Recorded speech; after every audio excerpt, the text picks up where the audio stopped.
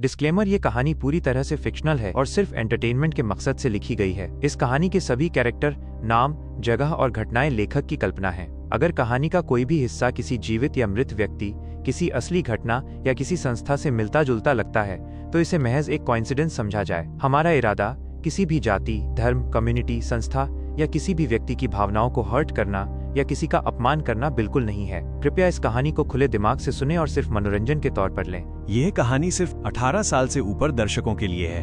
इसमें एक्शन, हिंसा, dark themes और इंटेंस सीन शामिल हो सकते हैं जो कुछ लोगों के लिए डिस्टर्बिंग हो सकते हैं। ये पूरी तरह फिक्शनल है और इसका असल जिंदगी से कोई संबंध नहीं है। अगर आप 18 साल से कम हैं तो कृपया इसे न सुनें। एपिसोड 391, फ्लेम माउंटेन में घुसपैठ। टेंट के अंदर हल्की हल्की टिमटिमाती लाइट्स जल रही थीं, जिनकी परछाइयां मोटे कैनवास की दीवारों पर हिल रही थीं। किन तियन टेबल के हेड पर बैठा था। उसकी उंगलियां धीरे धीरे टेबल पर टैप कर रही थीं। 8 बटालियन कमांडर और कुछ कोर ऑफिसर एक एक करके बैठ गए।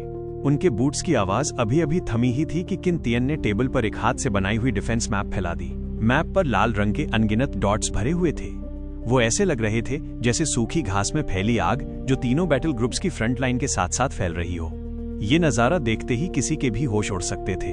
किन तियन ने उंगली से मैप पर सबसे घने हिस्से की तरफ इशारा किया। ये वो दुश्मन है जिनका सामना अभी हमारे तीनों बैटल ग्रुप्स कर रहे हैं। डिप्लॉयमेंट देखकर साफ लग रहा है कि इन्फर्नल डेमन का खतरा उस फ्रंट लाइन से कहीं ज्यादा बड़ा है जिसे हम पहले गार्ड करते थे। थोड़ा रुककर उसने अपनी पिछली एक्सपीरियंस बतानी शुरू की। उसने शिंगयुआन बैटल ग्रुप के हालात का जिक्र किया। लगातार उमड़ती डेमन की लहरें, घायल होकर भी लड़ते वॉरियर्स और पूरा बैटल ग्रुप जो अपनी लिमिट तक खिंच चुका था। करीब 10,000 लोगों वाला शिंगयुआन बैटल ग्रुप, जिसमें 5 टियर 6 एक्सपर्ट भी थे, फिर भी वो लोग लगभग टूटने की कगार पर पहुंच गए थे। उसकी बात खत्म होते ही टेंट के अंदर गहरी खामोशी छा गई। पीली नारंगी लाइट सबके गंभीर चेहरे पर पड़ रही थी। यहाँ तक कि जंग के अनुभवी बटालियन कमांडर भी ये सुनकर अंदर से ठंडे पड़ गए। अगर इतना बड़ा बैटल ग्रुप भी उस जगह पर टिक नहीं पाया तो साफ था कि इन्फर्नल डेमन का खतरा उनकी कल्पना से भी ज्यादा डरावना था। किन तियन ने गंभीर आवाज में आगे कहा, अगर हम सिर्फ सख्त डिफेंस की स्ट्रैटेजी अपनाते रहे तो हमारा हाल भी शिंगयुआन बैटल ग्रुप जैसा हो जाएगा। डेमन लगातार लहरों में हमला करेंगे, सबको थका देंगे और कैजुअलिटी बढ़ती जाएंगी। वो थोड़ा झुका और धीरे लेकिन दृढ़ आवाज में बोला, इसलिए हमें खुद हमला शुरू करना होगा। ये सुनते ही सबके दिल थोड़े कस गए। लेकिन अजीब बात ये थी कि किसी को भी किन तियन का फैसला चौंकाने वाला नहीं लगा, क्योंकि सब जानते थे बाकी बैटल ग्रुप्स की तुलना में चिज़न बैटल ग्रुप के पास एक ऐसा फायदा था जो किसी और के पास नहीं था। असाधारण मोबिलिटी। दूसरे बैटल ग्रुप अगर हमला करने बाहर निकलते तो उनके कैंप पर डेमन हमला कर सकते थे। उनकी डिफेंस पहले ही कमजोर थी। अगर जल्दी वापस लौटने की कोशिश करते तो रास्ते में डेमन उन्हें टुकड़ों में बांट देते, और अगर अटैक बीच में रुक जाता तो वो आगे भी नहीं बढ़ पाते और पीछे भी नहीं हट पाते। लेकिन चिज़न बैटल ग्रुप अलग था। उनके लीडर की स्पेस टेलीपोर्टेशन एबिलिटी उन्हें किसी भी वक्त तुरंत कैंप में वापस ला सकती थी। ये स्पीड और मोबिलिटी उनके कैंप के ऊपर जैसे एक अदृश्य ढाल की तरह थी। चाहे वो डेमन नेस्ट के कितने भी अंदर क्यों न चले जाएं, जैसे ही लीडर ऑर्डर देता पूरी फोर्स सेकंड्स में सेफ एरिया में वापस आ सकती थी। ऐसा कॉन्फिडेंस शिंगयुआन बैटल ग्रुप और ज्यादातर दूसरे ग्रुप्स के पास नहीं था। ली वुफेंग थोड़ा आगे झुका। उसने भरोसे भरी आवाज में कहा, लीडर की टेलीपोर्टेशन स्किल के साथ हमारे पास अटैक लॉन्च करने का कॉन्फिडेंस शिंगयुआन बैटल ग्रुप से कहीं ज्यादा है। किन तियन ने मैप पर बड़े बड़े गोल घेरे बनाने शुरू किए। इन घेरों में कई लाल डॉट्स आ गए।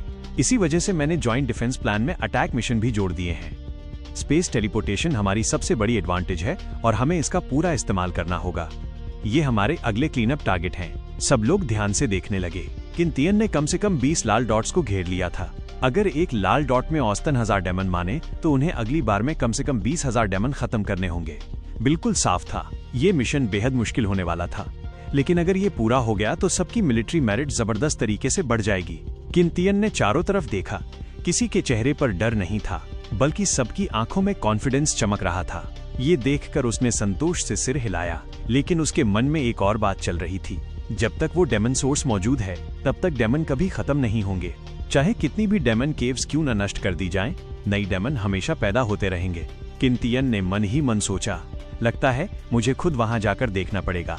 प्लानिंग खत्म होने के बाद एक उबड़ खाबड़ पहाड़ी की चोटी पर स्पेस गेट चुपचाप खुला।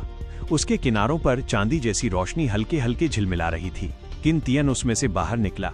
हैरानी की बात यह थी कि उसके निकलने से पहाड़ी की तेज हवा तक जरा भी नहीं हिली। उसने तुरंत इनविजिबिलिटी मोड एक्टिव कर लिया और अपनी ऑरा को पूरी तरह छिपा लिया। फिर उसने नीचे की तरफ देखा। नीचे फैला हुआ था जलता हुआ नरक। पूरा फ्लेम माउंटेन ऐसा लग रहा था जैसे कोई प्राचीन विशाल दानव हजारों सालों से आग उगल रहा हो। लाल रंग के पहाड़ों में जगह जगह दरारें थीं, जिनसे मैग्मा बहकर नीचे घाटियों में उतर रहा था। गर्म लावा की नदियां घाटियों से गुजरते हुए नीचे जाकर आग के उबलते समुद्र में मिल रही थीं। चारों तरफ की गर्मी से हवा तक टेढ़ी मेढ़ी दिख रही थी। लेकिन इससे भी ज्यादा भयानक था वहां फैला हुआ डेमोनिक QE। घने काले धुएं जैसे बादल पहाड़ों की दरारों से निकल रहे थे। वो मैग्मा की गर्म हवा से मिलकर ग्रे पर्पल भंवर बना रहे थे, जो ढलानों पर फैल रहे थे। जहां जहां ये धुंध जाती, वहां का काला पत्थर तक ऐसे घुल जाता जैसे किसी ने उसे जला दिया हो। पूरे पहाड़ों के बीचों बीच डेमोनिक QE का एक विशाल भंवर घूम रहा था। ऐसा लग रहा था जैसे जमीन के नीचे कोई अंतहीन डेमन का कुआं हो, जो लगातार इस जगह को बुराई से भर रहा हो। चारों तरफ अनगिनत डेमन घूम रहे थे। छोटे फ्लेम डेमन मैग्मा में खेल रहे थे। रेड फ्लेम डेमन बड़े बड़े डंडे लेकर इलाके में गश्त कर रहे थे। कभी कभी पहाड़ों की दरारों से विशाल टियर 6 फ्लेम डेमन सिर निकालते और गले से डरावनी गुर्राहट निकालते। पूरा माहौल हिंसक ऊर्जा, गर्म हवा और डेमोनिक QE से भरा हुआ था। दूर कहीं डेमनों की लड़ाई की आवाजें आ रही थीं। तेज पंजों से मांस फटने की आवाज, हड्डियां टूटने की कराह, ये सब आवाजें घाटियों में गूंज रही थीं। यहाँ जीने का सिर्फ एक नियम था, कमजोर मरेगा, ताकतवर बचेगा। किंतियन की नजरें डेमोनिक धुंध के पार जाकर उस केंद्र वाले भंवर पर टिक गईं। उसकी आंखों में कठोर चमक आ गई। वही था डेमन सोर्स, जहां से डेमन लगातार पैदा हो रहे थे। वो धीरे धीरे नीचे उतरा। जैसे ही उसके पैर जलती हुई चट्टान पर पड़े, उसके पूरे शरीर की ऑरा अचानक बदल गई। उसकी हड्डियां चटकने लगीं, मांसपेशियां फूलकर मोटी होने लगीं। उसका फिट बैठने वाला कॉम्बैट सूट तेजी से बढ़ते शरीर के कारण फट गया। उसकी त्वचा के नीचे से लाल रंग की स्केल्स निकलने लगी, जो पूरे शरीर पर धातु जैसी चमक के साथ फैल गईं। कुछ ही पलों में किंतियन लगभग 5 मीटर ऊंचा फ्लेम डेमन बन चुका था। उसके सिर पर मुड़े हुए काले सींग थे। आंखों के अंदर भूत जैसी आग जल रही थी। उसके 10 नुकीले पंजे जमीन को हल्का सा छूते ही गहरी जलती हुई लकीरें छोड़ रहे थे। उसने हल्का सा हाथ उठाया। उसकी हथेली में काली आग की लौ जल उठी। उसकी गर्मी आसपास के मैग्मा से भी ज्यादा खतरनाक थी। पास घूम रहे कमजोर डेमन उसे देखते ही थोड़ा पीछे हट गए। उनकी नजर में वो उनसे कहीं ऊंचे स्तर का डेमन लग रहा था। डेमनों की भीड़ में मिलते हुए किंतियन ने जानबूझकर फ्लेम डेमन की तरह भारी गुर्राहट निकाली, लेकिन उसकी नजरें चुपचाप चारों तरफ घूम रही थी। वो फ्लेम माउंटेन की पूरी टेरेन और डेमनों की पोजीशन अपने दिमाग में याद कर रहा था। उसकी स्केल्स के बीच छुपी हुई शैडो कंसीलिंग रिंग उसकी ऑरा को बिल्कुल असली फ्लेम डेमन जैसा बना रही थी। उसकी हथेली में जलती काली आग की लौ उसकी छिपी हुई योजना की तरह झिलमिला रही थी। इस भेष में वो डेमोनिक QE के सबसे घने कोर एरिया तक घुस सकता था। किंतियन ने सिर उठाकर फ्लेम माउंटेन के केंद्र की तरफ देखा, फिर बिना हिचकिचाए आगे बढ़ गया। Episode 392, demon energy body refining demon butcher. Bang bang bang. किंतियन का फ्लेम डेमन रूप धीरे धीरे फ्लेम माउंटेन के कोर की तरफ बढ़ रहा था। उसके भारी कदम हर बार जलती हुई जमीन को कुचल देते और पीछे गहरे भूरे पदचिन्ह छूट जाते। उन पदचिन्हों के किनारों से सफेद धुआं सिजल करता हुआ उठ रहा था। रास्ते भर अराजक गर्जन और दबे हुए धमाकों की आवाजें उठती गिरती रहीं। काली डेमोनिक ची ऐसे उबल रही थी जैसे कोई गंदी लहर खौल रही हो। वो लावा की गर्म हवाओं से उलझती, चट्टानों से टकराती और एक दर्द भरी गूंज पैदा करती। किंतियन ने अपनी स्पिरिचुअल सेंस पूरी तरह खोल दी।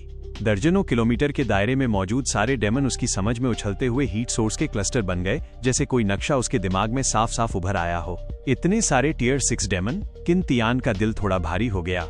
उसकी सेंस में टियर 6 डेमन के 300 से भी ज्यादा हीट सोर्स थे और पूरे फ्लेम माउंटेन में कुल डेमनों की संख्या हैरानी से 10 लाख से भी ज्यादा निकल रही थी। इतना बड़ा स्केल! अगर 6th बैटल जोन के आधे से ज्यादा बैटल ग्रुप भी साथ आ जाएं, तब भी यहाँ के डेमन सोर्स पर हमला करने का सिर्फ हल्का सा मौका बनता। वो आगे बढ़ता गया। डेमोनिक ची इतनी घनी हो चुकी थी कि जैसे वो लगभग तरल बन गई हो। वो उसकी स्केल्स की दरारों से होकर शरीर में घुसने लगी। आसपास के डेमन भी अब ज्यादा ताकतवर हो चुके थे। कई हाई टियर डेमनों ने उसकी मौजूदगी महसूस की। उन्होंने तुरंत अपने स्पाइक्स खड़े कर दिए, दांत दिखाए और खुली दुश्मनी जताई। उनकी नजर में ये कोर एरिया जहां इतनी शुद्ध डेमोनिक ची मौजूद थी, किसी लो लेवल डेमन द्वारा दूषित नहीं होना चाहिए था। किंतियन को मजबूरन अपनी आभा रिलीज करनी पड़ी। उसकी लाल स्केल्स पर काली फ्लेम झिलमिलाने लगी। ऐसी जगह पर अगर जरा भी कमजोरी दिखी तो सारे डेमन झुंड बनाकर हमला कर देते। सिर्फ डर पैदा करके ही वो इन खून के प्यासे प्राणियों को थोड़ी देर के लिए शांत रख सकता था। जैसे जैसे वो कोर के करीब पहुंचा, चारों तरफ सन्नाटा बढ़ने लगा। हाई टियर डेमन अपने अपने इलाकों में बैठे थे। वे आंखें बंद करके लालच से डेमोनिक ची को अंदर बाहर कर रहे थे। उनके चारों ओर दिखाई देने वाले काले साइक्लोन घूम रहे थे। डेमन सोर्स के सबसे अंदर वाले हिस्से में लगातार कमजोर हवा जैसी ऊर्जा जन्म ले रही थी। वहीं से नए छोटे फ्लेम डेमन और दूसरे लो लेवल डेमन पैदा हो रहे थे। ये नए डेमन हाई टियर डेमनों के दबाव में कांपते हुए पागलों की तरह बाहर की तरफ भाग रहे थे, ताकि बाहर के डेमन टाइड के लिए नया खून बन सके। किंतियान को एक छिपी हुई गुफा मिल गई, जो एक नुकीले पथरीले पहाड़ के पीछे थी। गुफा के मुंह से लगातार घनी डेमोनिक ची निकल रही थी, जिसमें तेज सल्फर जैसी गंध थी। अगर कोई साधारण स्पिरिचुअलिस्ट यहाँ आता, चाहे वो टियर 6 पावर हाउस ही क्यों ना हो, तो भी इस डेमोनिक ची के दबाव में उसकी ताकत सिर्फ 30% रह जाती। स्पिरिचुअल मार्शल टेक्निक और मैजिक की ताकत भी तेजी से घट जाती, और अगर ज्यादा देर रुक गया तो डेमोनिक ची उसकी मेरिडियन को नुकसान पहुंचाकर उसकी कल्टीवेशन की नींव तक हिला देती। लेकिन किंतियान को बिल्कुल डर नहीं था। ड्रैगन टर्टल डेमन को मारने के बाद जो पर्पल टैलेंट उसे मिला था, डेमन पैटर्न टर्टल आर्मर, वो सिर्फ मजबूत रिफ्लेक्टिव डैमेज ही नहीं देता था, बल्कि उसे डेमोनिक ची को सोख कर शरीर को रिफाइन करने की क्षमता भी देता था। जो जगह बाकी लोगों के लिए मौत का इलाका थी, वही किंतियान के लिए बॉडी रिफाइनिंग की परफेक्ट होली लैंड बन चुकी थी। वो गुफा के अंदर गहराई तक गया, जब तक कि अंत में दीवार तक नहीं पहुंच गया। चट्टान की दीवार मधुमक्खी के छत्ते जैसी दरारों से भरी हुई थी।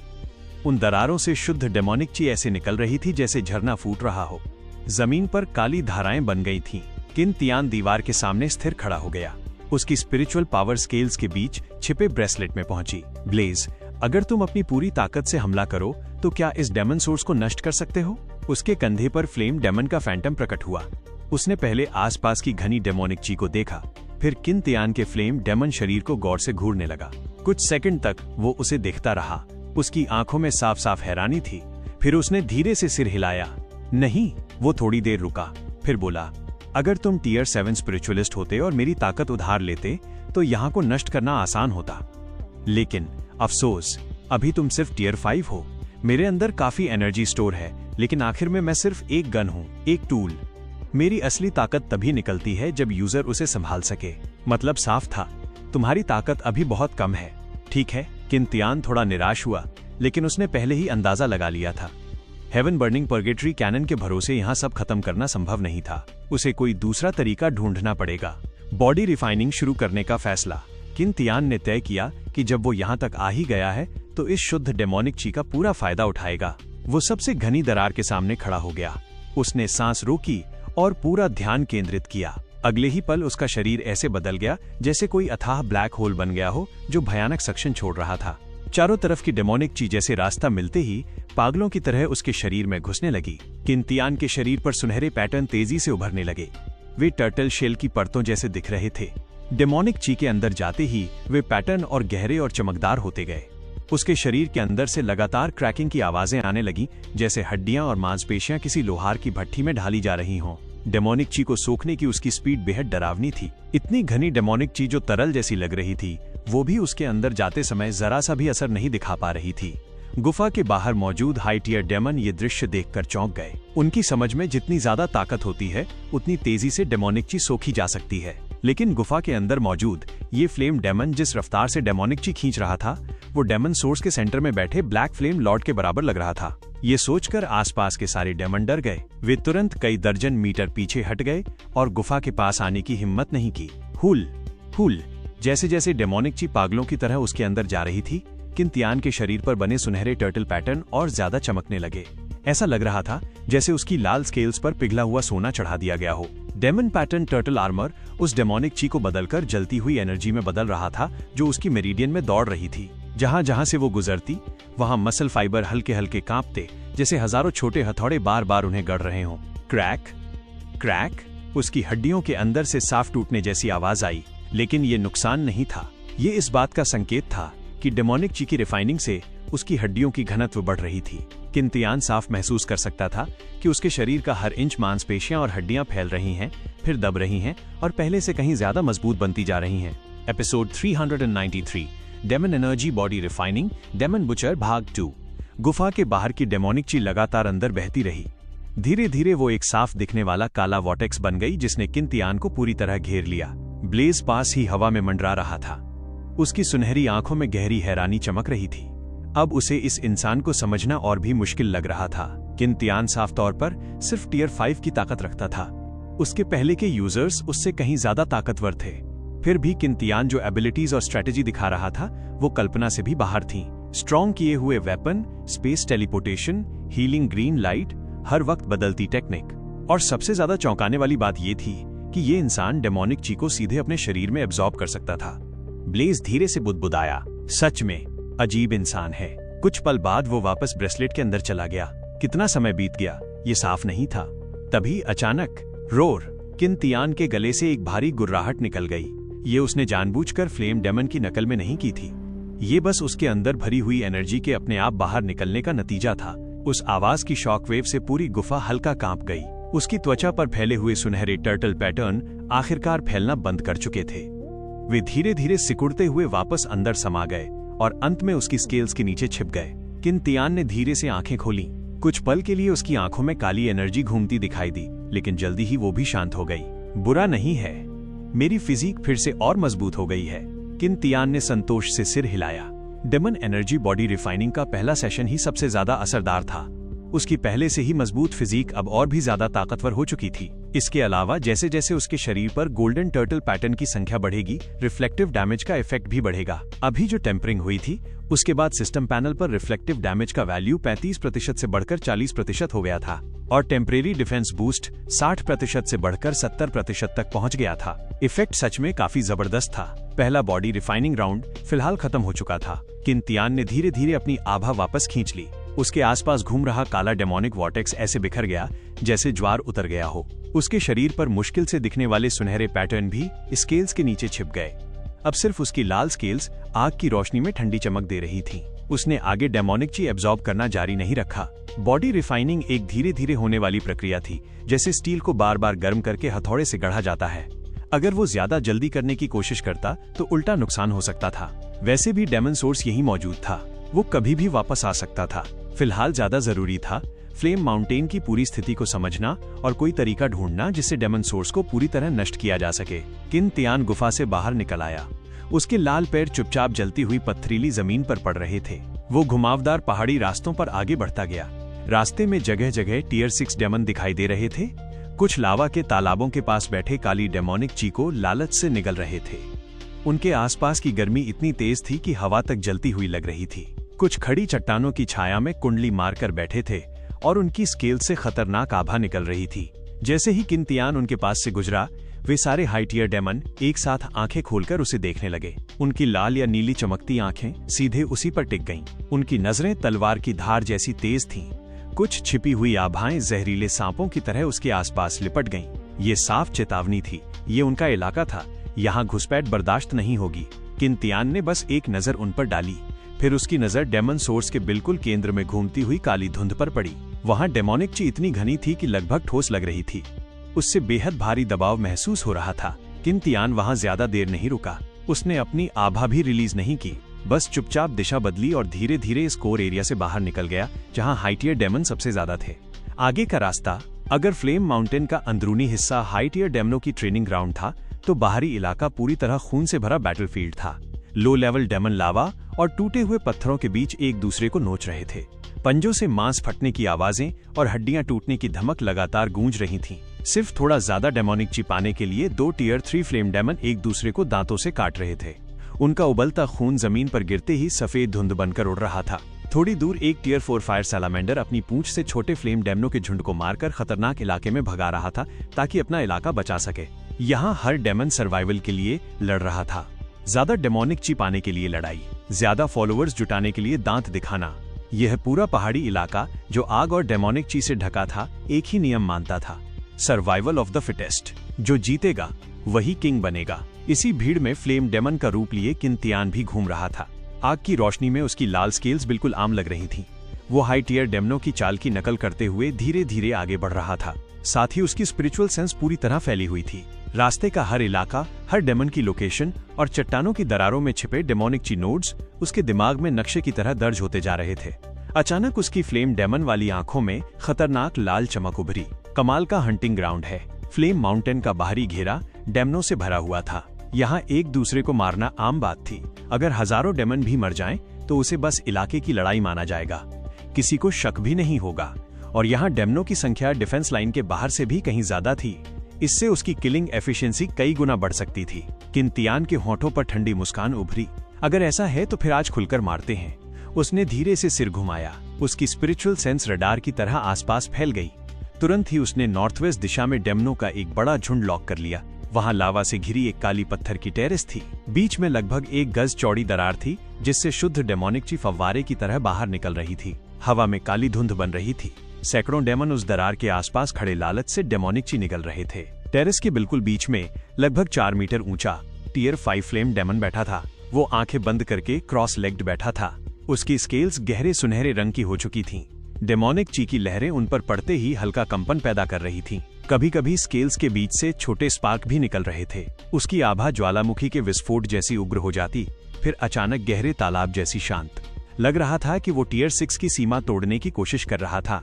आसपास के डेमन बहुत सावधान थे। कोई उसे डिस्टर्ब करने की हिम्मत नहीं कर रहा था। तभी किन तियान लाल साए की तरह आगे बढ़ा। कुछ ही कदमों में वो काली पत्थर की टेरेस पर पहुंच गया। उसके पैरों के नीचे लावा उबल रहा था। छिटकी हुई चिंगारियां उसकी स्केल से टकराकर तुरंत उछल गईं। रोर! टियर 5 फ्लेम डेमन ने अचानक आंखें खोल दी। उसकी सुनहरी आंखें गुस्से से किन तियान पर टिक गईं। उसने जोरदार गर्जना की। वो साफ महसूस कर सकता था कि सामने वाला दुश्मन उसी फ्लेम डेमन रूप में है, लेकिन उससे कहीं ज्यादा खतरनाक। उसने अपनी हड्डियों वाली कांटेदार बाह उठाई और टेरेस के किनारे की तरफ इशारा किया। स्पष्ट चेतावनी, ये मेरा इलाका है, यहाँ से निकल जाओ। लेकिन किन तियान अचानक मुस्कुरा दिया। उसके मुंह के किनारे पर क्रूर मुस्कान उभरी। अगले ही पल उसने अपना हाथ उठाया। उसकी हथेली में काली आग एकदम फटकर बाहर निकल पड़ी। Boom! Pure soul devouring flames काले सुनामी की तरह फैल गईं। हवा तक जलने लगी। लो लेवल डेमनों को चीखने का भी मौका नहीं मिला। वे सीधे काली आग में डूब गए। उनकी मशहूर फ्लेम रेजिस्टेंस यहाँ बेकार थी। ये आग सीधे आत्मा को जलाती थी। काली लपटें उनके शरीर के हर छेद से अंदर घुस गईं और तुरंत उनकी सोल को जला दिया। एक टियर 3 लावा हाउंड काली आग में पागलों की तरह लौटने लगा, लेकिन उसका शरीर तेजी से सिकुड़ने लगा। आखिर में वो एक छोटी सोल फ्लेम में बदल गया, जिसे किन तियान की हथेली की काली आग ने निगल लिया। एक tier 4 red flame demon soldier ने अपनी हड्डी की तलवार से आग पर वार किया, लेकिन काली आग तुरंत उसके हथियार से होकर पूरे शरीर पर फैल गई। उसकी आत्मा दर्द से चीखती रही। कुछ ही सेकंड में उसका शरीर राख बन गया। टियर 5 फ्लेम डेमन की आंखों में डर चमक उठा। उसने अपने मुंह से लाल डेमोनिक फ्लेम्स का बड़ा गुच्छा बाहर फेंका, लेकिन जैसे ही दोनों आग टकराईं, लाल आग सूरज के सामने बर्फ की तरह पिघल गई। सॉइल डिवोरिंग फ्लेम्स उसकी देह से ऐसे चिपक गईं जैसे भूखा परजीवी। रोर! टियर 5 फ्लेम डेमन दर्द से भयानक चीखने लगा। उसकी गहरी सुनहरी स्केल्स काली आग में एक एक करके झड़ने लगीं। आत्मा जलने का दर्द उसे पागलों की तरह तड़पाने लगा, लेकिन वो कुछ नहीं कर सकता था। धीरे धीरे उसकी चेतना अंधेरे में डूबती चली गई। सिर्फ 2 मिनट के अंदर काली पत्थर की टेरेस पर मौजूद सैकड़ों डेमन बिना आत्मा के खाली खोल बन चुके थे। उनके शरीर भी काली आग में पूरी तरह जलकर खत्म हो गए। जमीन पर सिर्फ हल्की चमकती राख बची थी। किन तियान ने हाथ उठाकर काली आग वापस खींच ली। उसकी हथेली में छोटी छोटी काली लपटें उंगलियों को चाट रही थीं, जैसे अभी भी आत्माओं का स्वाद ले रही हों। उसने डेमोनिक ची की दरार की तरफ देखा। सिस्टम पैनल पर तेजी से बढ़ते हुए एवोल्यूशन पॉइंट्स महसूस किए। उसके होठों पर मुस्कान और गहरी हो गई। एपिसोड 394 शॉकिंग उथल पुथल टियर 7 ब्लैक फ्लेम लॉर्ड। अगले कई दिनों तक किन तियान के पास जमीन पर पैर टिकाने का भी समय नहीं था। वो लगातार एक ऐसे चक्र में घूम रहा था जहां आराम करने का वक्त लगभग ना के बराबर था। ज्यादातर समय वो ब्रोकन ब्लेड फ्रंटलाइन पर तैनात रहता था और चिजन बैटल ग्रुप के सैनिकों को लीड करते हुए आसपास के फ्लेम पूल और फायर पिट्स को क्लियर करता रहता था। बैटलफील्ड पर वो शायद ही कभी खुद हमला करने के लिए आगे बढ़ता। ज्यादातर समय वो सपोर्ट और रीइंफोर्समेंट की भूमिका निभाता था। डिवाइन वेपन का आशीर्वाद सैनिकों के हथियारों की क्वालिटी बढ़ा देता था। एन्चेंटमेंट की ताकत भी बढ़ जाती थी, जिससे हर वार में तेज चमक निकलती और डेमनों को चीर देती।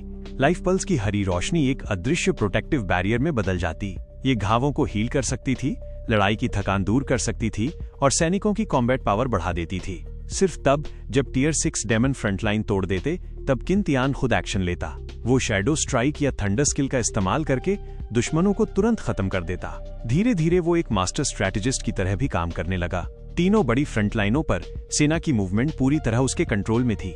जब भी डेमन हमला करते, वो जॉइंट डिफेंस प्लान के हिसाब से तुरंत फोर्स इकट्ठी कर लेता। वो सैनिकों को टेलीपोर्ट करके बैटलफील्ड में पहुंचा देता, जिससे कई सैनिक मिलकर थोड़े डेमनों को घेर लेते। अक्सर ऐसा होता कि डेमन इंसानों को घेरने से पहले ही तीन तरफ से हमला झेलकर टुकड़ों में कट जाते। तीनों बैटल ग्रुप की क्लोज कोऑपरेशन के कारण फ्रंट लाइन के आसपास मौजूद डेमन केव्स एक एक करके खत्म होने लगे। पहले जहां लगातार डेमन हमले होते थे, अब उनकी फ्रीक्वेंसी साफ कम हो गई थी। सबसे ज्यादा उत्साह बढ़ाने वाली बात थी कैजुअलिटी की स्थिति। अगर कोई सैनिक डेमन द्वारा तुरंत टुकड़े टुकड़े न कर दिया जाए तो चाहे उसकी बस आखिरी सांस ही क्यों न बची हो, किंतियान उसे डेथ गॉड के हाथों से वापस खींच सकता था।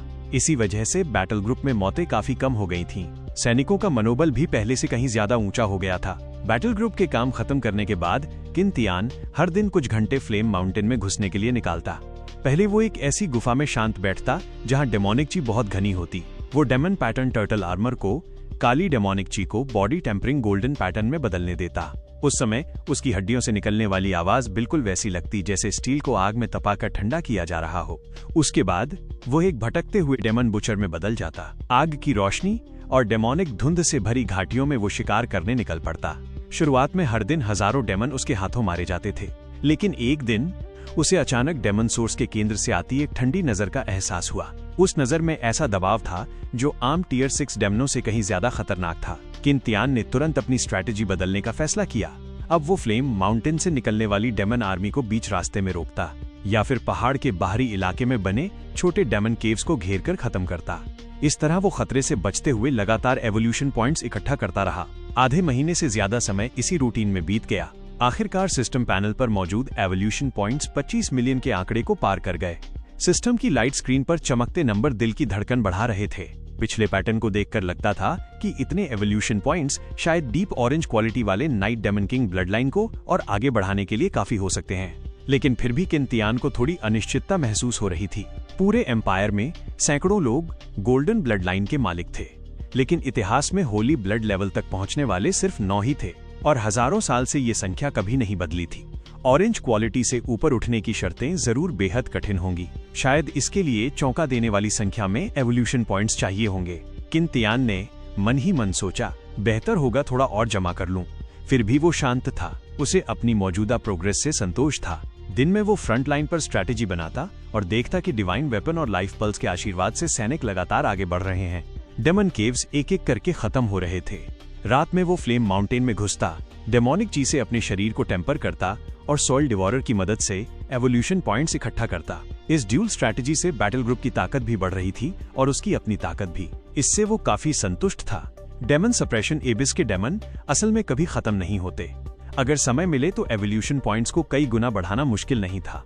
लेकिन एक रात ये शांति पूरी तरह टूट गई। बूम! धरती के दिल से उठती हुई जैसी भारी आवाज अचानक फ्लेम माउंटेन की गहराइयों से गूंजी। यह सामान्य डेमोनिक ज्वार की गड़गड़ाहट जैसी नहीं थी। इस आवाज में आसमान टूटने जैसा भयानक दबाव था। पूरा फ्लेम माउंटेन जोर से कांप उठा। उस समय किंतियान फ्लेम माउंटेन के अंदर डेमोनिक ची एब्जॉर्ब कर रहा था। जैसे ही कंपन हुआ, उसने तुरंत अपनी साधना रोक दी। उसकी नजर सीधी फ्लेम माउंटेन के केंद्र पर टिक गई। वहां डेमोनिक ची उबल रही थी और बेहद तेज गति से घूम रही थी। डेमोनिक धुंध गाढ़े काले तरल में बदल गई थी, जैसे कोई उबलती हुई स्याही का तालाब हो। हवा में एक विशाल घूमता हुआ वॉर्टेक्स बन गया। किंतियान की आंखें सिकुड़ गईं। ये उस वॉर्टेक्स के केंद्र में एक विशाल साया धीरे धीरे उठ रहा था। वो एक ब्लैक फ्लेम लॉर्ड था। उसकी ऊंचाई 50 मीटर थी।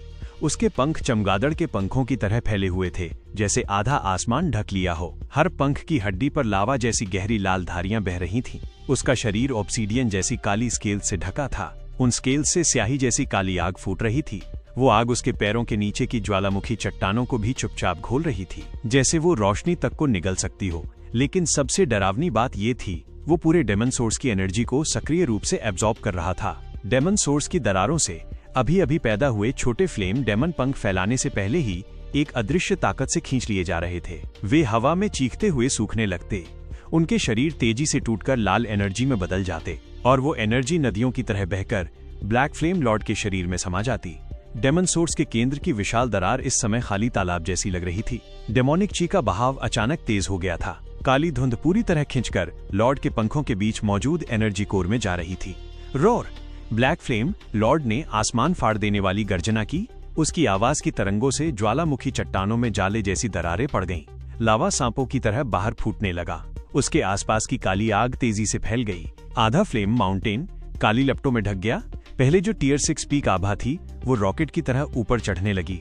आधा कदम टियर 7 में और अभी भी बढ़ रही थी। ये ऐसा दबाव था जो पूरी तरह टियर 6 से ऊपर था, जैसे कोई अदृश्य पहाड़ पूरे फ्लेम माउंटेन पर गिर गया हो। सभी डेमन घुटन महसूस करने लगे। किन तियान की नजर गंभीर हो गई। उसके शरीर पर टर्टल पैटर्न गोल्डन लाइट तेजी से चमकने लगी, जैसे किसी भयानक खतरे की चेतावनी दे रही हो। किन तियान ने मुट्ठियां कस लीं। उसकी उंगलियों की हड्डियां सफेद पड़ गईं। ये टियर 7 में एडवांस कर रहा है। टियर 7 डेमन सोर्स की पहली लेयर में ये एक एब्सोल्यूट पावर हाउस था। अगर ये ब्लैक फ्लेम लॉर्ड सच में टियर 7 बन गया तो सिर्फ 3 बैटल ग्रुप ही नहीं, इन्फर्नल डेमन सी के आसपास मौजूद सभी फोर्सेस मुश्किल में पड़ जाएंगी। भले ही ब्लैक फ्लेम लॉर्ड ज्यादा देर पहली लेयर में ना रुके और बाद में दूसरी लेयर में चला जाए, लेकिन वहां तैनात डिवीजन के लिए भी ये बड़ा खतरा बन जाएगा। किन तियान ने तुरंत मन ही मन कहा, ब्लेज, मुझे तुम्हारी ताकत उधार चाहिए। उसे पूरा यकीन था ब्लैक फ्लेम लॉर्ड की एडवांसमेंट रोकने का उसके पास सिर्फ एक तरीका था, हेवन बर्निंग परगेटरी। लेकिन उसके दिमाग में ब्लेज की आवाज आई। उसके बचकाने लहजे में आज अजीब सी गंभीरता थी। बहुत देर हो चुकी है, ये पहले ही सफल हो चुका है। आवाज पूरी खत्म भी नहीं हुई थी कि फ्लेम माउंटेन के केंद्र में चकाचौंध कर देने वाली काली रोशनी फूट पड़ी। ब्लैक फ्लेम लॉर्ड ने अचानक सिर उठाया। उसके पंख पूरी तरह फैल गए, जैसे आधा आसमान छिप गया हो। पंखों की हड्डियों पर बह रही लाल धारियां पूरी तरह चमक उठीं, जैसे अरबों लावा नदियां एक साथ बह रही हों। उस ताकत ने आसपास घूम रहे डेमोनिक वॉर्टेक्स को जबरदस्ती चीरकर फेंक दिया।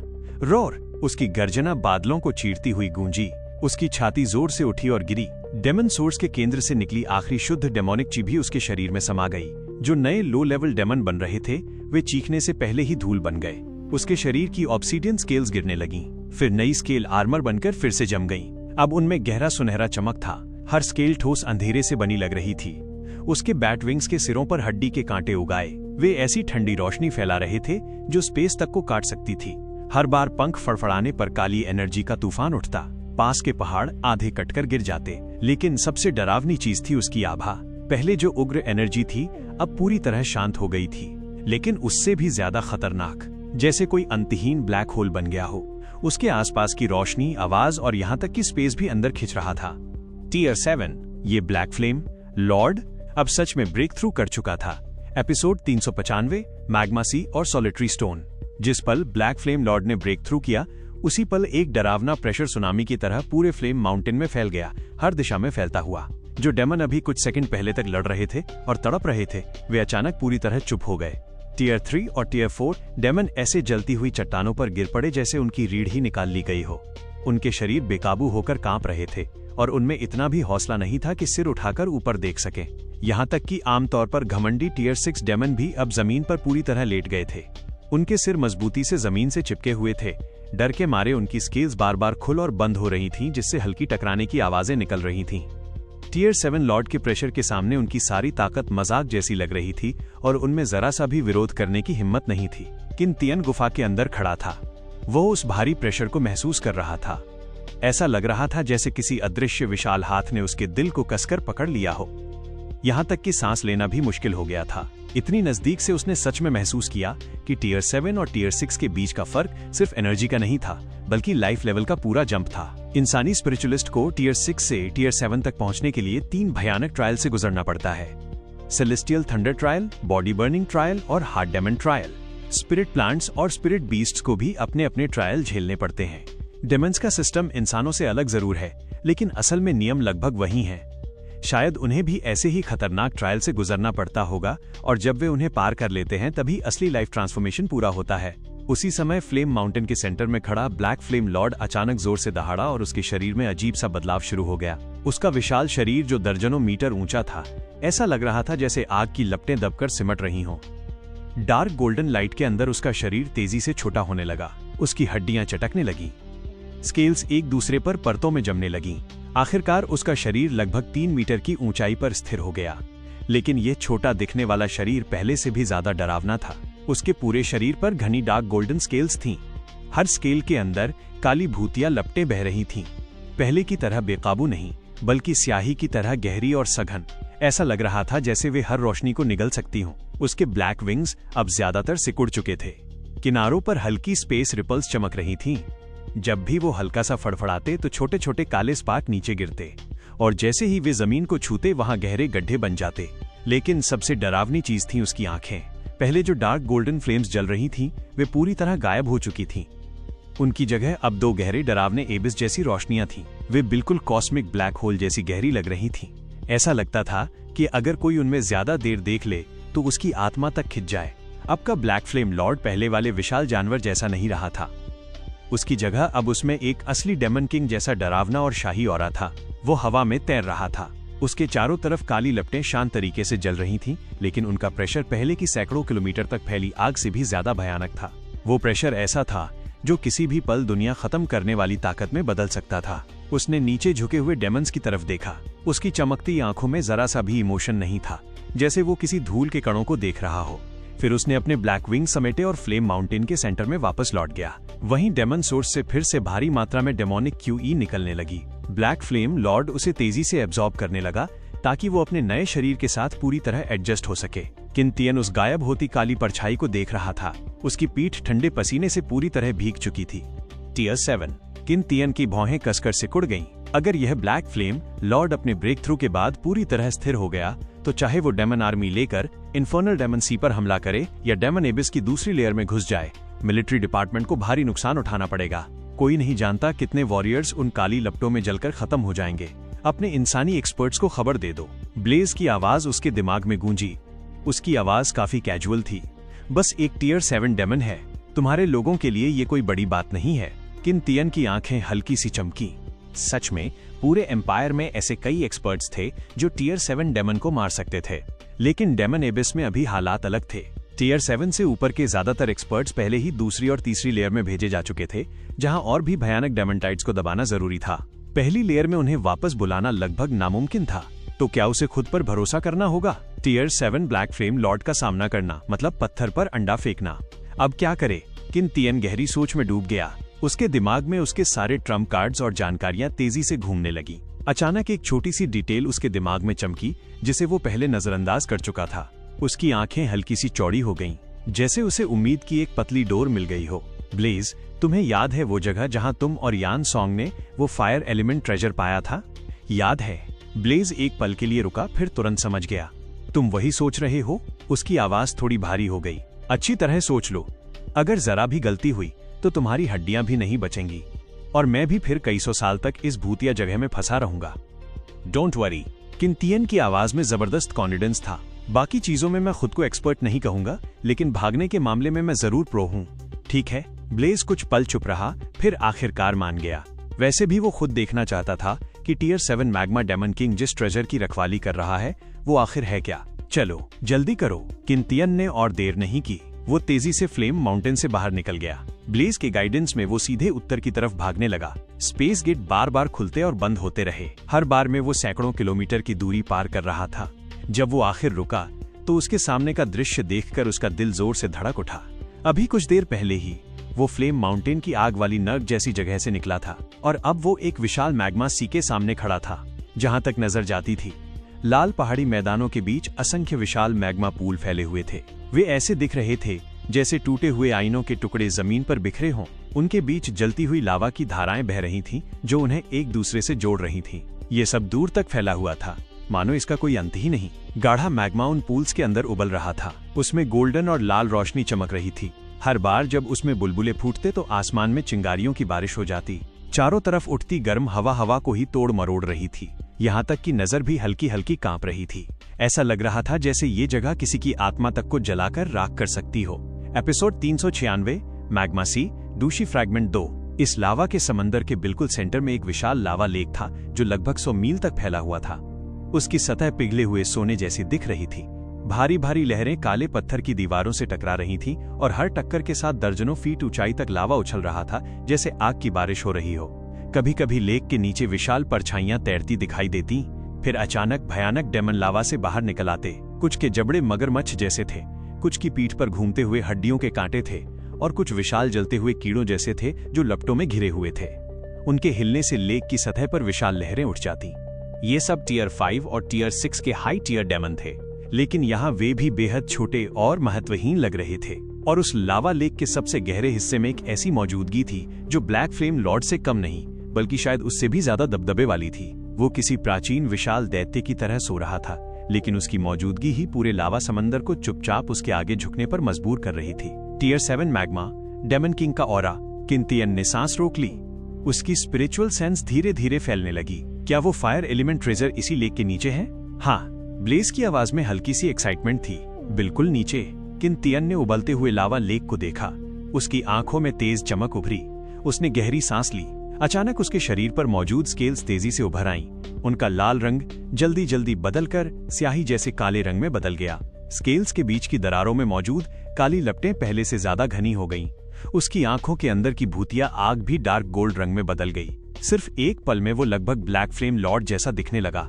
बस उसका शरीर थोड़ा पतला था। ये उसका सबसे परफेक्ट डिस्गाइज था। फिर वो सीधे लावा लेक में कूद गया। जलती हुई लहरों ने तुरंत उसे निगल लिया। फ्लेम माउंटेन की लाल आग से अलग यहाँ का लावा पिघली हुई धातु जैसा गाढ़ा था। उसमें सल्फर और खतरनाक एनर्जी मिली हुई थी जो उसकी स्केल्स की दरारों में घुसने लगी। लेकिन सोल डिवोरिंग फ्लेम की प्रोटेक्शन के कारण उसे कोई डर नहीं था। वो ब्लैक फ्लेम लॉर्ड के ऑरा की नकल करते हुए धीरे धीरे लेक के नीचे डूबने लगा। करीब 100 मीटर नीचे पीछे से एक टियर 5 मैग्मा बीस्ट तैरता हुआ गुजरा। उसके जबड़े मगरमच्छ जैसे थे और उसका मुंह बार बार खुल बंद हो रहा था। जब उसने किंतियन को देखा, उसकी सुनहरी आंखें अचानक सिकुड़ गईं। अगले ही पल वो डरकर ऐसे भाग गया जैसे मछलियों का झुंड अचानक तितर बितर हो गया हो। जैसे जैसे किंतियन नीचे जाता गया, लावा का रंग बदलने लगा। गोल्डन लाल रंग धीरे धीरे गहरे भूरे रंग में बदल गया। एक टियर 6 फ्लेम डेमन जिसकी पीठ पर सर्पिल हड्डियों के कांटे थे, ऑब्सीडियन के एक बड़े पत्थर पर सो रहा था। जब किंतियन उसके पास से गुजरा तो वो अचानक जाग गया। काली लपटों को देखकर वो सतर्क हो गया। उसने दांत दिखाए और हल्की गुर्राहट की, लेकिन किंतियन ने उसे पूरी तरह नजरअंदाज कर दिया और नीचे की तरफ बढ़ता रहा। सबसे गहरे हिस्से में लावा लगभग जम चुका था। वो काले सिरप जितना गाढ़ा था। किंतियन को महसूस हो रहा था कि उसके और नीचे कुछ बहुत विशाल सो रहा है। उसका ऑरा ब्लैक फ्लेम लॉर्ड से भी ज्यादा घना था। हर सांस के साथ लावा में हल्की हल्की लहरें फैल रही थीं। वह निश्चित रूप से टियर 7 मैग्मा डेमन किंग था। किंतियन ने सांस रोकी और पत्थर की दीवार के किनारे किनारे धीरे धीरे नीचे उतरने लगा। जैसे ही वो लेक के बिल्कुल नीचे पहुंचने वाला था, अचानक उसके नीचे का लावा पतला हो गया, जैसे वो किसी अदृश्य रास्ते में गिर गया हो। कुछ पल की वेटलेसनेस के बाद उसके सामने का दृश्य अचानक खुल गया। ये एक अंडरग्राउंड लावा केव थी। लेक की उथल पुथल के बिना यहाँ की गर्मी और भी ज्यादा खतरनाक थी। पत्थर की दीवारों के अंदर बहती लावा की धाराएं सोने की नसों की तरह धड़क रही थीं। केव की छत से अनगिनत लावा स्टैलेक्टाइट्स लटक रहे थे। उनकी नोक से पानी नहीं बल्कि उबलता हुआ तेल टपक रहा था। जैसे ही वो जमीन पर गिरता, नीली भूतिया आग में बदल जाता और पूरी केव को दिन जैसी रोशनी से भर देता। लेकिन यहाँ की सबसे डरावनी चीज थी डेमोनिक ऑरा। ये फ्लेम माउंटेन के सेंटर से भी ज्यादा घना था। इतना घना कि लगभग तरल जैसा लग रहा था। वो पत्थरों की दरारों से बहकर नीचे जमीन पर काले पूल्स की तरह जमा हो रहा था। साफ था कि ये भी एक डेमन सोर्स की जगह थी। किंतियन ने अपनी स्पिरिचुअल सेंस फैलाई। लेक की गर्मी उसके हीट सोर्स सेंस को थोड़ा कमजोर कर रही थी, लेकिन वो मैग्नेटिक फील्ड के जरिए अभी भी डेमन्स की संख्या और उनकी लोकेशन पता कर सकता था। अंडरग्राउंड केव में मौजूद डेमन्स ऊपर वाले लावा लेक से कहीं ज्यादा थे। लेकिन अजीब बात यह थी कि tier 7 magma demon king demon source के सेंटर में नहीं था। किंतियन ने तुरंत अपनी मौजूदगी दबा ली। हल्की सी चमक उसके शरीर को ढक गई। उसका शरीर छायाओं में घुल गया। वो पूरी तरह इनविजिबल और ब्रीथ सप्रेशन स्टेट में चला गया। उसने अपने पैर की उंगलियां धीरे से जलती हुई पत्थर की दीवार पर टिकाईं और बिना आवाज किए आगे बढ़ने लगा। जैसे जैसे वो आगे बढ़ा, गर्मी और भी ज्यादा भारी होती गई।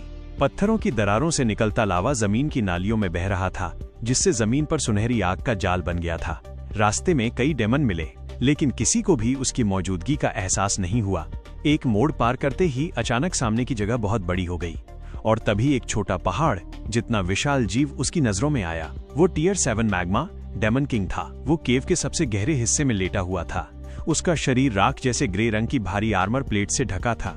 हर प्लेट ऐसे लग रही थी जैसे जमी हुई लावा हो। उन पर गहरी लकीरें थीं और उनके अंदर गहरा लाल रंग बह रहा था। कभी कभी उनकी दरारों से चिंगारियां निकलती और जमीन पर छोटी छोटी भूतिया आग जल जाती। उसका सिर उसके आगे के पंजों के बीच रखा हुआ था। वो लंबी और भारी सांसें ले रहा था। हर सांस के साथ केव की आग और हवा हिलने लगती और जब वो सांस छोड़ता तो सफेद जलती हुई धुंध बाहर निकलती जिसमें सल्फर की गंध मिली होती। उसके आसपास की हवा तक हल्की मुड़ती हुई दिख रही थी।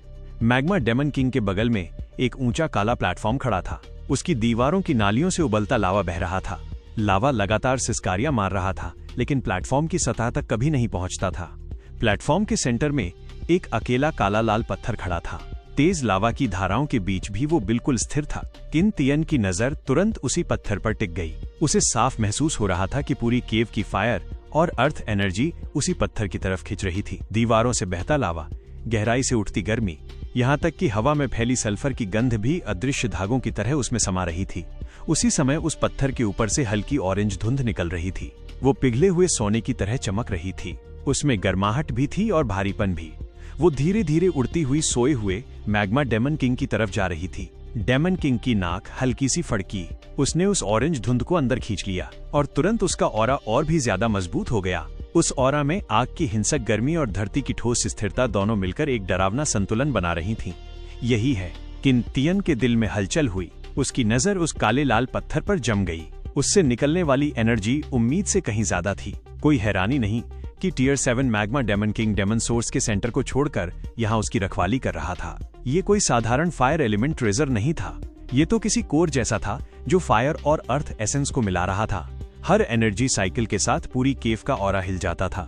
अरे, मुझे लगता है मैंने इस तरह का पत्थर पहले देखा है। ब्लेज की आवाज अचानक किन तियन के दिमाग में गूंजी। तुमने देखा है? किन तियन का दिल कस गया। लेकिन ये कैसे हो सकता है?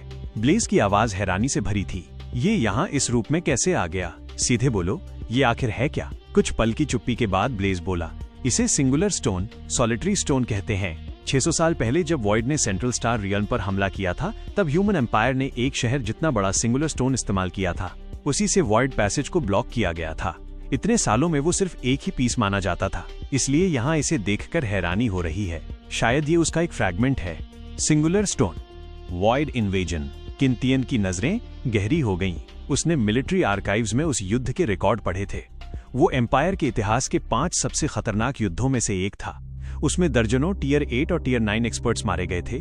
और अगर सिंगुलर स्टोन अकेले वॉइड पैसेज को सील कर सकता था, तो उसके अंदर मौजूद प्राइमल एनर्जी का अंदाजा लगाया जा सकता था।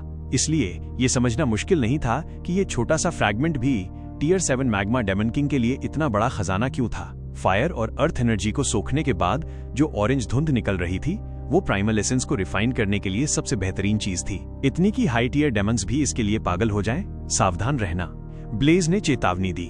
लगता है सिंगुलर स्टोन में खुद की चेतना जाग गई है। इसे लेना आसान नहीं होगा। हाँ, मुझे भी महसूस हो रहा है। किन तियन की नजरें और गहरी हो गईं। लेकिन चाहे कुछ भी हो, उसे ये सिंगुलर स्टोन लेना ही होगा। और वो इसे एक चाल की तरह इस्तेमाल करने वाला था। भेड़ियों को उकसाकर बाघ को खत्म करवाना, ताकि दोनों डेमन सोर्स जगहों को एक साथ पूरी तरह नष्ट किया जा सके। एपिसोड 397, फेंट इन द ईस्ट फ्यूरियस रॉथ। तुम क्या करने वाले हो? ब्लेज की आवाज में जिज्ञासा थी। क्या तुम अपनी स्पेशल एबिलिटी से इसे सीधे चुराने वाले हो? नहीं, किन तियन ने धीरे से सिर हिलाया। उसकी नजर सोए हुए मैग्मा डेमन किंग पर गई और वो सावधानी से बोला, टियर 7 डेमन किंग की परसेप्शन बहुत तेज होती है। मुझे भरोसा नहीं कि उसके जागने से पहले मैं ऑब्सीडियन लेकर सुरक्षित निकल पाऊंगा। तो फिर तुम्हारा प्लान क्या है? ब्लेज की आवाज में उत्सुकता बढ़ गई। बस देखते रहो। किन तियन ने हल्की मुस्कान दबा ली। उसका शरीर स्याही की बूंद की तरह अंधेरे में घुल गया और वह चुपचाप केव की गहराई से पीछे हटने लगा। उसने एक पल भी रुककर वेट नहीं किया, सीधे डेमन सोर्स सेंटर की तरफ दौड़ पड़ा। इनविजिबल मोड में उसके पैरों के नीचे का मैग्मा भी नहीं हिला। सिर्फ 15 मिनट के अंदर वो अपनी मंजिल पर पहुंच गया। उसकी आंखों के सामने जो डेमन सोर्स था, वो उसकी कल्पना से भी ज्यादा भयानक था। ये सैकड़ों मीटर चौड़ा एक विशाल वॉर्टेक्स था। गहरा काला डेमोनिक ची जमीन के नीचे से उबलते हुए स्याही की तरह बाहर फूट रहा था। ऊपर गिरते हुए मैग्मा के साथ मिलकर वो ग्रे और पर्पल रंग की अराजक धारा बन गया था, जो हवा में लगातार घूम रही थी। डेमोनिक ची इतनी घनी थी कि वॉर्टेक्स के किनारों पर काले क्रिस्टल बन रहे थे। वे जमीन पर गिरते और साफ आवाज करते हुए तुरंत गर्मी में पिघल जाते। वॉर्टेक्स के आसपास दर्जनों टियर 6 डेमन अपने अपने इलाकों में बैठे लालच से डेमोनिक ची को सोख रहे थे। 3 जोड़ी पंखों वाले फायर डेमन, जिनकी हर सांस के साथ उनके चारों तरफ की काली लपटें 3 फीट तक उछल जाती थीं। लावा आर्मर वाले डेमन टॉर्टॉइज और 100 मीटर लंबे फ्लेम पाइथन, जो पत्थर के पिलर से लिपटे हुए थे। इन सभी के बीच एक नाजुक दूरी बनी हुई थी। कोई भी दूसरे की सीमा पार करने की हिम्मत नहीं कर रहा था। एक विशाल ऑब्सीडियन के पीछे छिपकर किन तियन ये सब देख रहा था। उसकी आंखों में ठंडी चमक उभरी। यही सही जगह है। अचानक भूलल 10 मीटर से ज्यादा बड़े दर्जनों ठोस लोहे के गोले अचानक हवा में प्रकट हो गए। उनकी सतह से तेज लाल चमक निकल रही थी। वे सीधे डेमन सोर्स वॉर्टेक्स के ऊपर से नीचे गिरने लगे। धड़ाम धड़ाम धड़ाम। लगातार धमाके गूंज उठे। दर्जनों आग के गोले एक साथ फट गए। एक पल में विस्फोटक लपटें चारों दिशाओं में फैल गईं। ये लपटें क्विंटियन की भरी हुई विस्फोटक शक्ति से लैस थीं। हवा जैसे टुकड़ों में फटी और तेज चीख जैसी आवाज निकालने लगी। डेमन सोर्स के किनारे मौजूद लो लेवल डेमन इस विस्फोट के पहले शिकार बने। लावा हाउंड्स और छोटे फ्लेम डेमन्स चिथड़े होकर गिरने लगे। टियर 6 डेमन को ज्यादा नुकसान नहीं हुआ। उन्होंने अपने पंखों या शेल से झटके को रोक लिया, लेकिन उनका गुस्सा तुरंत भड़क गया। सैकड़ों मीटर चौड़ा डेमन सोर्स वॉर्टेक्स अब विस्फोट की ताकत से जोर जोर से कांपने लगा। शांत बहने वाली डेमोनिक ची उफरने लगी। डेमन सोर्स का ये भारी झटका जैसे समुद्र में गिरी बिजली की तरह था। उसकी गूंज चट्टानों को पार करती हुई केव की सबसे गहराई तक पहुंच गई। धड़ाम! जो मैग्मा डेमन किंग पहले जमीन पर सो रहा था, उसकी आंखें अचानक खुल गईं। नींद से जागकर उसने धीरे धीरे अपना विशाल शरीर उठाया। उसे साफ महसूस हो गया था कि डेमन सोर्स में भयानक गड़बड़ हो गई है। बिना एक पल गंवाए मैग्मा डेमन किंग खड़ा हुआ और डेमन सोर्स की तरफ चल पड़ा। मैग्मा डेमन किंग जैसे ही डेमन सोर्स सेंटर पहुंचा, उसने हवा में फैली अराजक ऑरा महसूस कर ली। गर्रालिल! मैग्मा डेमन किंग ने गुस्से से भरी गरज निकाली। उसने आसपास नजर दौड़ाई। वो उस अपराधी को ढूंढना चाहता था जिसने डेमन सोर्स को नुकसान पहुंचाया। टियर 6 डेमन उसका गुस्सा महसूस करके जमीन पर झुक गए, लेकिन अगले ही पल मैग्मा डेमन किंग का चेहरा अचानक जम गया। उसने अचानक चीख जैसी गर्जना की। वो अचानक मुड़ा और पूरी रफ्तार से वापस केव की गहराई की तरफ दौड़ पड़ा। कुछ ही देर में वो वहां पहुंच गया, लेकिन उसके सामने जो दृश्य था वो बिजली गिरने जैसा था। पत्थर का प्लेटफॉर्म खाली था। वो काला लाल पत्थर जो वहां शांत खड़ा था, पूरी तरह गायब था। गर्रालिल! आसमान फाड़ देने वाली गर्जना मैग्मा डेमन किंग के मुंह से निकली। उसका गुस्सा और हिंसा इतनी भयानक थी कि पूरी केव जोर से कांप उठी। जिस खजाने की वो 100 साल से रखवाली कर रहा था, वो सिर्फ कुछ पल की गैर मौजूदगी में गायब हो गया। ये अपमान और धोखे का एहसास इस टियर 7 डेमन किंग को पागल बना चुका था। अचानक मैग्मा डेमन किंग ने सिर उठाया। उसकी जलती आंखें ऊपर की तरफ टिक गईं। उसे महसूस हो गया था कि उस रत्न की ऑरा ऊपर की तरफ जा रही है और तेजी से दूर भाग रही है। तुम बच नहीं सकते। क्या आप चाहते हैं कि मैं इस कहानी को आगे बढ़ाऊं? एपिसोड 398 डेमन किंग शोडाउन, दोनों की हार। बूम! कई मीटर मोटी चट्टान की परत इस जबरदस्त ताकत के नीचे तुरंत चकनाचूर हो गई। टूटे हुए पत्थर और जलता हुआ मैग्मा मूसलाधार बारिश की तरह नीचे गिरने लगे।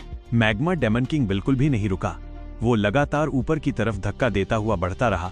दर्जनों मीटर मोटी चट्टानों को तोड़ता हुआ आखिरकार ऊपर मौजूद मैग्मा लेक में फटकर निकल आया। लेक की गाढ़ी और उबलती सुनहरी लाल लहरें उसे चारों तरफ से लपेटने लगीं, लेकिन मैग्मा डेमन किंग के लिए ये कुछ भी नहीं था। उसने अपना विशाल शरीर घुमाया और सीधे ऊपर की तरफ बढ़ गया। उसके चारों तरफ लाल आग की चमक थी, जैसे कोई रॉकेट आसमान की तरफ उड़ रहा हो। लेक में तैर रहे डेमन, चाहे टियर 5 फ्लेम डेमन हो या टियर 6 मैग्मा बीस्ट, अगर वे थोड़ा भी धीमे पड़ते तो तुरंत कुचल दिए जाते और मैग्मा में धुएं की तरह गायब हो जाते। जल्द ही मैग्मा डेमन किंग लेक के तल से ऊपर निकल आया। उसने अपनी विशाल बॉडी से पानी की सतह को तोड़ दिया। हवा में उछलकर किनारे की काली पत्थर वाली जमीन पर जोर से आ गिरा। जैसे ही वो उतरा, उसे तुरंत एक जानी पहचानी खुशबू महसूस हुई। वो खुशबू ज्यादा दूर नहीं थी और तेजी से आगे बढ़ रही थी। मैग्मा डेमन किंग की जलती हुई आंखें तुरंत उसी दिशा पर टिक गईं। वह तेजी से आगे दौड़ पड़ा। उसकी स्पीड इतनी खतरनाक थी कि वो चलते फिरते साए जैसा लग रहा था। हर कदम पर जमीन जोर से कांप रही थी और कठोर पत्थर वाली जमीन पर विशाल धुएं छोड़ते पदचिन्ह बनते जा रहे थे। उसके रास्ते में जो भी आया बेरहमी से नष्ट हो गया। पहाड़ टूटकर बिखर गए, चट्टानें धूल बन गईं और उसके पीछे विनाश का रास्ता बनता चला गया। कुछ ही देर में उसे आगे एक परछाई दिखी, एक पंखों वाला ब्लैक फ्लेम डेमन जो एक रत्न लेकर तेजी से उड़ रहा था। रोअर! मैग्मा डेमन किंग की दहाड़ धरती के कोर से उठती गड़गड़ाहट जैसी थी, जिसने आसमान और जमीन दोनों को हिला दिया। उसकी दहाड़ के साथ ही उसके पैरों के नीचे की जमीन अचानक धंस गई। 1000 मीटर चौड़ा इलाका कांच की तरह टूट गया। दरारों से अनगिनत मैग्मा के खंभे आसमान की तरफ फूट पड़े। बादलों को चीरते हुए उन्होंने पूरे आकाश को लाल कर दिया। जहां जहां ये मैग्मा के खंभे गुजरते, हवा जलकर चटकने लगती। यहाँ तक कि स्पेस भी हल्का हल्का मुड़ता दिखाई देता, जैसे पूरी दुनिया इस ताकत से फटने वाली हो। लेकिन ब्लैक फ्लेम डेमन बिजली की तरह तेज था। वो काली बिजली की तरह उन घने मैग्मा खंभों के बीच से निकलता जा रहा था। उसके पंख तेजी से फड़फड़ा रहे थे और पीछे आफ्टरमेज बन रहे थे। कभी वो उगलते हुए मैग्मा के बिल्कुल पास से निकल जाता, उसके काले पंखों के किनारे मैग्मा को छूते और चिंगारियां उड़ जाती। कभी वो अचानक नीचे गोता लगाता और खंभों के बीच की छोटी सी जगह से निकल जाता। उसके नीचे की चट्टानें अभी अभी कांच की तरह पिघली होती, लेकिन वो तब तक 100 मीटर दूर पहुंच चुका होता। हर बार बचना बेहद खतरनाक था। ऐसा लगता जैसे अगली ही सेकंड वो मैग्मा में निगल लिया जाएगा, लेकिन हर बार वो बाल बाल बच जाता, जैसे चाकू की धार पर डांस कर रहा हो। ये देखकर मैग्मा डेमन किंग का गुस्सा पूरी तरह फट पड़ा। उसकी आंखों में आग और भी भड़क उठी। उसने अपना विशाल पंजा ऊपर उठाया और जोर से आसमान की तरफ झटका। तुरंत ही जलते हुए मैग्मा के अनगिनत टुकड़े जैसे जिंदा हो गए। वे आसमान से टूटते हुए उल्काओं की बारिश बनकर नीचे गिरने लगे। ये आग की बारिश इतनी घनी थी कि आसमान लगभग ढक गया। हर टुकड़े में डरावनी गर्मी थी। जमीन पर गिरते ही वे दर्जनों मीटर गहरे गड्ढे बना देते और काला धुआं चारों तरफ फैल जाता। लेकिन ब्लैक फ्लेम डेमन फिर भी भूत की तरह पकड़ में नहीं आ रहा था। वो आग की बारिश के बीच से निकलता रहा।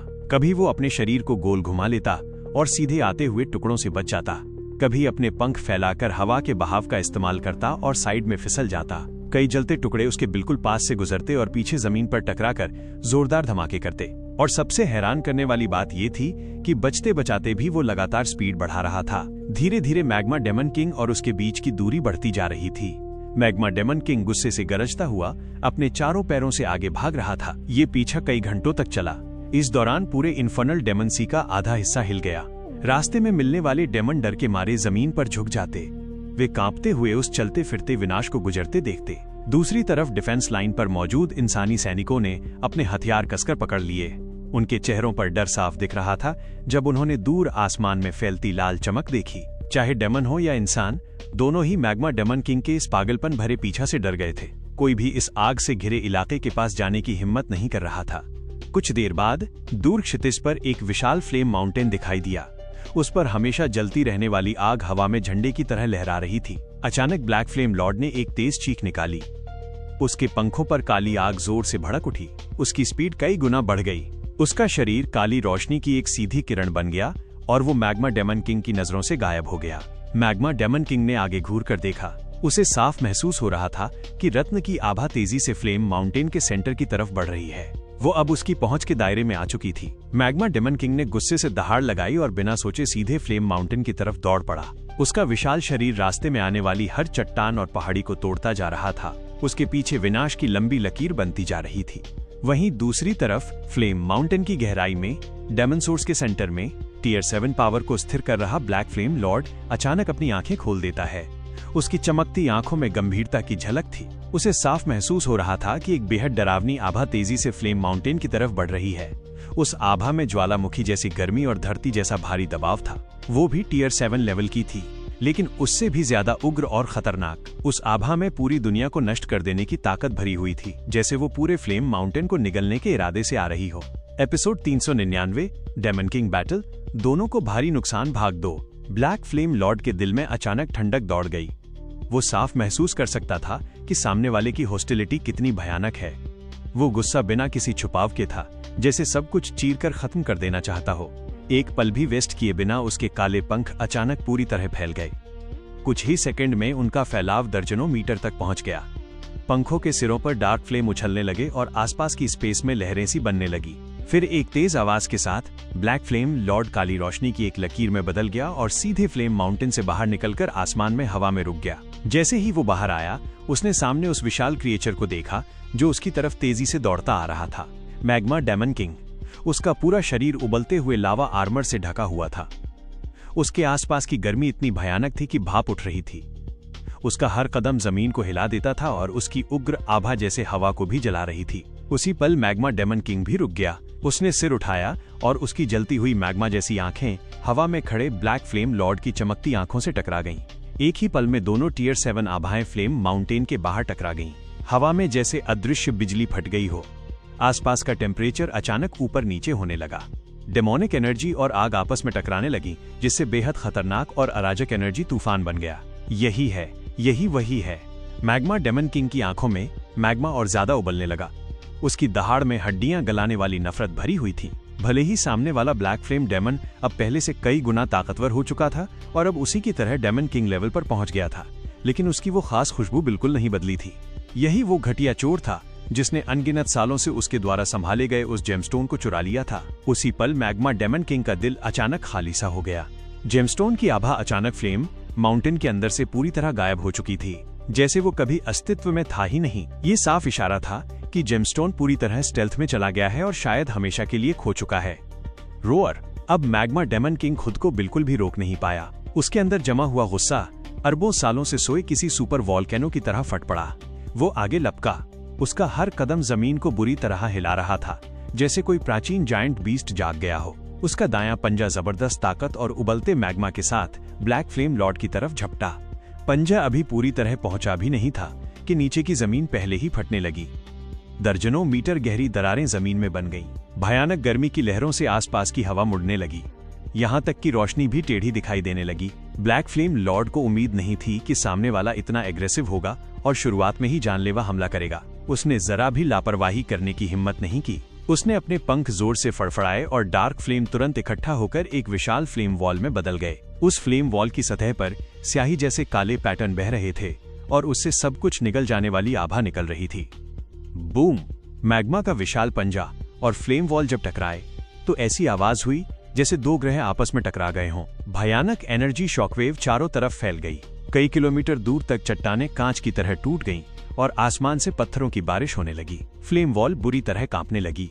उसकी सतह पर मकड़ी के जाले जैसी दरारें फैल गईं। ब्लैक फ्लेम लॉर्ड को उस भयानक ताकत ने पीछे धकेल दिया। वो कई बार पीछे हट गया। उसने अपने पंखों से तेज हवा पैदा करके मुश्किल से खुद को स्थिर रखा। उसके मुंह से काले खून की एक पतली धारा बह निकली। रोअर! ब्लैक फ्लेम लॉर्ड गुस्से से गरजा। चूंकि सामने वाला बिना सोचे हमला कर चुका था, अब वो भी कोई दया नहीं दिखाने वाला था। उसने अपने पंख फड़फड़ाए और अनगिनत डार्क फ्लेम तलवारों की तरह मैग्मा डेमन किंग की तरफ उड़ने लगे। इन फ्लेम तलवारों में भयानक जंग लगाने वाली ताकत थी। हवा को जलाते हुए वे जमीन पर काले निशान छोड़ते जा रहे थे। मैग्मा डेमन किंग भी पीछे हटने वाला नहीं था। उसका लावा आर्मर अचानक चमकने लगा और तेज लाल रोशनी छोड़ने लगा, जिसने उन सभी फ्लेम तलवारों को रोक लिया। जब वे तलवारें लावा आर्मर से टकराईं तो जलने की आवाज आई, लेकिन वे सिर्फ हल्के निशान ही छोड़ पाईं। तभी मैग्मा डेमन किंग ने अपना मुंह खोला और गुस्से में एक विशाल मैग्मा पिलर बाहर उगल दिया। वो किसी पागल फायर ड्रैगन की तरह सीधे ब्लैक फ्लेम लॉर्ड की तरफ बढ़ा। जहां से वो गुजरा वहां की जमीन काली कांच जैसी बन गई और हवा में तीखी सल्फर की बदबू फैल गई।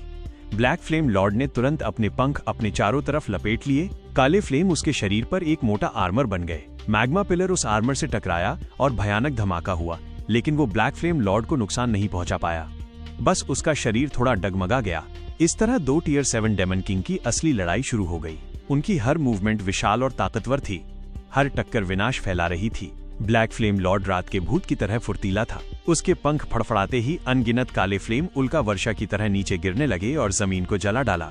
ये आग जमीन पर गिरकर बुझती नहीं थी, बल्कि जिंदा चीज की तरह फैलती जाती और एक काला आग का समंदर बना देती, जो आसपास की हर चीज को निगलने लगता। दूसरी तरफ मैग्मा डेमन किंग की ताकत अंतहीन थी। उसका विशाल शरीर हर हरकत पर जमीन को हिला देता था। उसके विशाल पंजे जब झूलते तो पहाड़ टूट जाते और लावा फूटने लगता। ऐसा लग रहा था जैसे वो पूरी दुनिया को उलट देना चाहता हो। अचानक उसने जमीन पर जोर से पैर पटका। जमीन तुरंत धंस गई। भूमिगत लावा के अनगिनत फव्वारे फूट पड़े और मैग्मा का एक जंगल बन गया, जिसने ब्लैक फ्लेम लॉर्ड को चारों तरफ से घेर लिया। ये देखकर ब्लैक फ्लेम लॉर्ड की आंखों में ठंडी चमक कौंध गई। उसने अपने पंख जोर से फड़फड़ाए और उसके आसपास की काली आग अचानक उफान मारने लगी। वे एक विशाल काले आग के गोले में बदल गईं। वो आग का गोला तेजी से घूमने लगा और उसने जबरदस्त सक्शन पैदा कर दिया। आसपास के लावा फव्वारे उसकी तरफ खींचने लगे। फिर अचानक वो फट पड़ा और सारी मैग्मा को उल्टा उछालकर वापस फेंक दिया। उछलकर वापस आए मैग्मा के छींटे जब मैग्मा डेमन किंग पर गिरे तो उसके शरीर से सिसकारियां निकलने लगीं। हालांकि उसे कोई चोट नहीं आई, लेकिन उसका गुस्सा और भी भड़क गया। वो पागल टैंक की तरह आगे दौड़ा। उसका विशाल शरीर रास्ते में आने वाली हर चीज को कागज की तरह तोड़ता हुआ सीधे ब्लैक फ्लेम लॉर्ड की तरफ टकराने बढ़ा। एपिसोड 400 डेमन किंग वॉर, दोनों की तबाही, भाग 3। ब्लैक फ्लेम लॉर्ड ने बेहद फुर्ती से उस टक्कर को अवॉइड किया। उसके पंख तेजी से फैल गए और वो उड़ते हुए मैग्मा डेमन किंग के ऊपर पहुंच गया। अगले ही पल वो अचानक नीचे झपटा। उसके पंजे भूतिया काले फ्लेम से ढके हुए थे और वे सीधे डेमन किंग के सिर की तरफ बढ़ रहे थे। मैग्मा डेमन किंग ने भी तुरंत रिएक्ट किया। उसने अचानक अपना सिर ऊपर उठाया और अपने बेहद कठोर खोपड़ी से ब्लैक फ्लेम लॉर्ड का सामना किया। अगले ही पल दोनों फिर टकरा गए। धमाकेदार आवाज गूंज उठी। इस टक्कर से ब्लैक फ्लेम लॉर्ड पीछे की तरफ उछलकर उड़ गया। दूसरी तरफ मैग्मा डेमन किंग को उसके पंजे का एक वार लगा, जिसने उसके लावा आर्मर पर एक गहरी दरार छोड़ दी। उनकी लड़ाई का असर लगातार फैलता जा रहा था। फ्लेम माउंटेन के पहाड़ उनकी टक्करों से लगातार टूट रहे थे। अनगिनत जलते हुए पत्थर ऊपर से गिरते हुए पहाड़ के नीचे की तरफ लुढ़क रहे थे।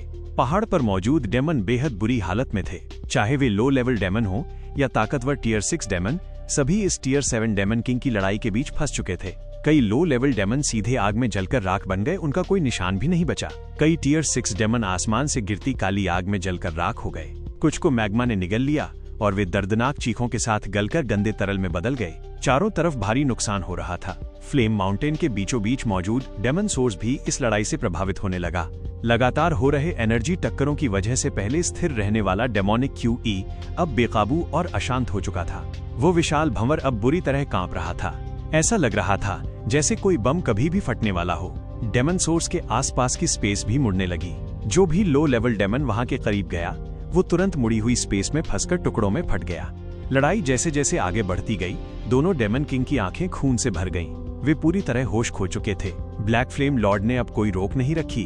उसने अपने अंदर की काली आग को पूरी ताकत से बाहर निकाला।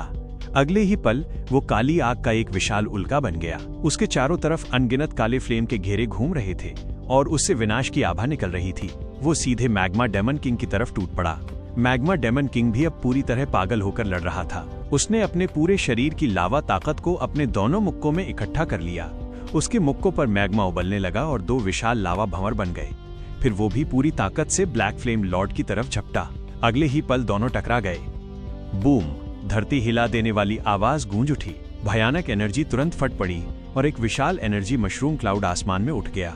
पूरा आसमान गहरे लाल रंग में रंग गया। एनर्जी शॉकवेव चारों दिशाओं में फैल गई। जमीन धंसने लगी, पहाड़ टूटने लगे और उसी भयानक टक्कर में पूरा फ्लेम माउंटेन ढह गया। पूरा पहाड़ समतल हो गया और उसकी जगह सिर्फ एक विशाल गड्ढा बचा। डेमन सोर्स भी इस विस्फोट में पूरी तरह नष्ट हो गया। काली डेमोनिक QE बाढ़ की तरह बाहर फूट पड़ी। वो आसमान में एक विशाल काले धुएं के स्तंभ में बदल गई और फिर धीरे धीरे गायब हो गई। डेमन सोर्स के नष्ट होते ही पूरे इन्फर्नल डेमन सी की डेमोनिक QE बेकाबू हो गई।